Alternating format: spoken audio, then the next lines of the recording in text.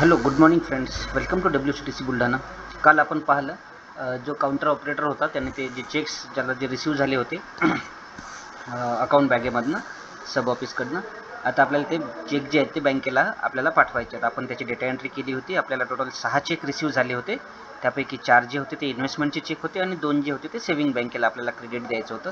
त्या चेकची जी काही एंट्री आहे, मॅन्युअल एंट्री आपण ती करून घेतलेली आहे. ते जे चेक्स आहेत आता ट्रेझररकडे आहेत. ट्रेझररने त्याला अप्रुव्हलसाठी पाठवलेलं आहे. ते चेक जे आहेत ते आता अप्रूव्हसुद्धा झालेले आहेत. आता हे जे चेक्स आहेत आपल्याला रेमिटन्सचं जे काही ॲडवाईस असेल आपल्याला त्याच्यासोबत हे बँकेला आपल्याला पाठवायचे आहेत. तर त्यासाठी आपण ट्रेझरी सुपरवायझरनी लॉग इन करायचं आणि त्यांच्या बँक मॉड्यूल्समध्ये जायचं. बँक मॉड्यूल्समध्ये रेमिटन्स मॅनेजमेंट नावाचं एक कार्ड असेल, त्याला आपल्याला क्लिक करायचं. यामध्ये आपण पाहू शकतो अशा पद्धतीचे आपल्याला हे मेनूज अवेलेबल असतील. त्याच्यामध्ये चेक रेमिटन्स नावाचा एक मेन्यू आहे, याला आपण क्लिक करायचं. इथे आपण पाहू शकतो जे चेक्स आपण एंटर्ड केले होते, अप्रूव्हल झाले होते, ते सगळेच्या सगळे चेक जे आहेत ते आपल्याजवळ या ठिकाणी अवेलेबल आहेत. त्यामधले जे 2 चेक्स आहेत आपण ऑलरेडी प्रोसीड केलेले आहेत. उरलेले जे डेटा एंट्रीज आहेत ते आपण आता पाहणार आहोत. हा एक चेक आपण सिलेक्ट केला, याला आपल्याला व्ह्यू डिटेल्स करायची आहे.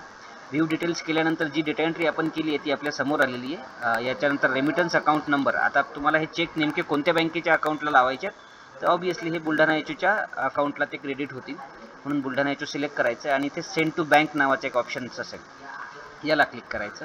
कन्फर्मेशनचा मेसेज येईल. कन्फर्म केल्यानंतर तो चेक जो आहे तो खाली ॲड होईल. अशा पद्धतीनं हे जेवढे काही 6च्या 6ही चेक्स आहेत ते आपण या ठिकाणी एंटर्ड करायचे आणि ते सेंड टू बँकेला टिक करायचं. अशा पद्धतीनं ते सगळेच्या सगळे जे चेक्स आहेत हे बँकेला रेमिटन्ससाठी जातील. आपण या ठिकाणी सगळे जे चेक्स आहेत ते रेमिटन्ससाठी पाठवतो. सिस्टममधून आपल्याला एवढं करावं लागेल IT 2.0च्या अगेन्स्ट. बाकीचे जे काही कामं आहेत, तर जो कोणी आपला क्लिअरन्स पी असेल त्या ग्रीडमध्ये ते जे काही चेक्स आहेत ते ऑटोमॅटिक तो स्कॅन करून तिथे देईल. त्याच्यानंतर ते जे चेक्स आहेत ते क्लिअर होऊन आले तसं आपण या ठिकाणी ठरवूयात. जसे ते चेक क्लिअर होतील तर 382ला जेवढे इन्व्हेस्टमेंटची अमाऊंट आहे ते 382ला येईल आणि जी काही सेव्हिंग बँकेची अकाउंट आहे तर त्या कन्सर्न अकाउंटला ती चालली जाईल. आता आपल्याला हे चेक सगळेच्या सगळे क्लिअर होऊन आलेले आहेत. आपल्याला त्यांचा क्लिअरन्स दाखवायचा आहे. त्या ठिकाणी आपण पाहू शकतो रिलाइज आणि नॉट रिअलाइज असे 2 ऑप्शन्स आहेत त्या ठिकाणी. हा जो चेक आपल्याला रिलीज करायचा आहे याला आपण कसं टिक करायचं आहे आणि कधी तो रिअलाइज झाला आहे समजा तर आजच्या तारखेमध्ये याला मेक रिअलाइजला टिक करायचं आपण. अशा पद्धतीने चेक रिअलाइज झाला. पुढचा सुद्धा तसाच आजच्या तारखेमध्ये तो रिलीज होतो आहे.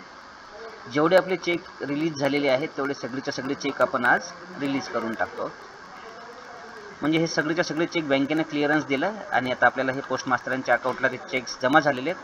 आता आपल्याला जे काही क्रेडिट आहे ते 382ला आपल्याला क्रेडिट द्यायचं आहे आणि रिमेनिंग जे काही क्रेडिट आहे ते त्या कन्सर्न सेव्हिंग बँकेच्या अकाउंटला गेलेलं असेल. अशा पद्धतीनं हा जो काही क्लिअरन्स आहे तो क्लिअरन्स आपण IT 2.0मध्ये करू शकतो. रेस्ट ऑफ वर्क जे काही आहे 382ला ही अमाऊंट आल्यानंतर जो कोणी कन्सर्न पी असेल त्याला जे काही त्यांनी अकाउंट ओपनिंगचे फॉर्म घेतलेले आहेत त्या अकाउंट ओपनिंगच्या फॉर्मच्या डिटेल्सनुसार तो ते जे अकाउंट्स आहेत ते ओपन करेल आणि EOD व्हायच्या अगोदर 382चे त्याचं जे काही फिनॅकलचं अकाउंट आहे ते नील झालेलं असेल. अशा पद्धतीनं तो जे ट्रान्झॅक्शन्स आहे तो ते ट्रान्झॅक्शन्स करू शकतो. आता आपण हे जे काही पैसे पाठवलेले आहेत, जसं आपण काल मॅन्युअली हिशोब केला होता की आपल्याला आलेत 30,07,500 रुपयाचे चेक आणि ते तेवढेचे सगळे ते रेमिटन्स टू बँकेला आपले गेले पाहिजेत. तर त्या पद्धतीनं आपण आपला DTR जो पाहिला, DTRमध्ये आपल्याला ती जी अमाऊंट आहे ती त्या ठिकाणी दिसेल की आपल्याला टोटल आजचे जे काही रेमिटन्स टू बँक आहे ते जी अमाऊंट आहे 30,07,500 रुपये ती आपल्याला त्या ठिकाणी असायला पाहिजे. तो जो रिपोर्ट्स आहे तो रिपोर्ट्स आपण एकदा बघून घ्यायचा. अशा पद्धतीनं आपण IT 2.0मध्ये हे जे बँक रेमिटेड टू बँकेचे जे ट्रान्झॅक्शन्स आहेत ते आपण या ठिकाणी करू शकतो. धन्यवाद.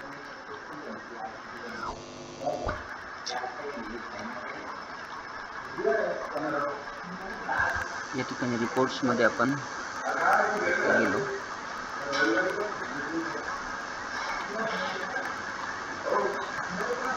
आपण रिपोर्ट्समध्ये जाऊन जो DTR आहे तो DTR आपण चेक करायचा. त्यामध्ये आपल्याला ही जी टोटल अमाऊंट आहे जेवढी आपण रिलीज केली ती आपल्याला रेमिटेड टू बँकेच्या अगेन्स्ट आपल्याला दिसायला पाहिजे.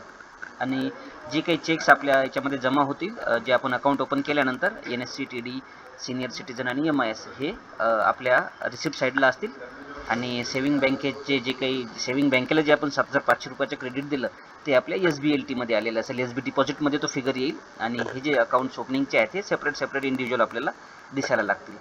At the end of the day याचा उद्देश एवढाच आहे की जेवढी आपली अमाऊंट रिसीव्ह झाली तेवढीच अमाऊंट आपली रेमिटन्स टू बँकेला गेली आणि ती अकाउंट फॉर झाली. अशा पद्धतीनं आपण हे रेमिटेड टू बँकेचे ट्रान्झॅक्शन्स IT 2.0 मध्ये करू शकतो. धन्यवाद.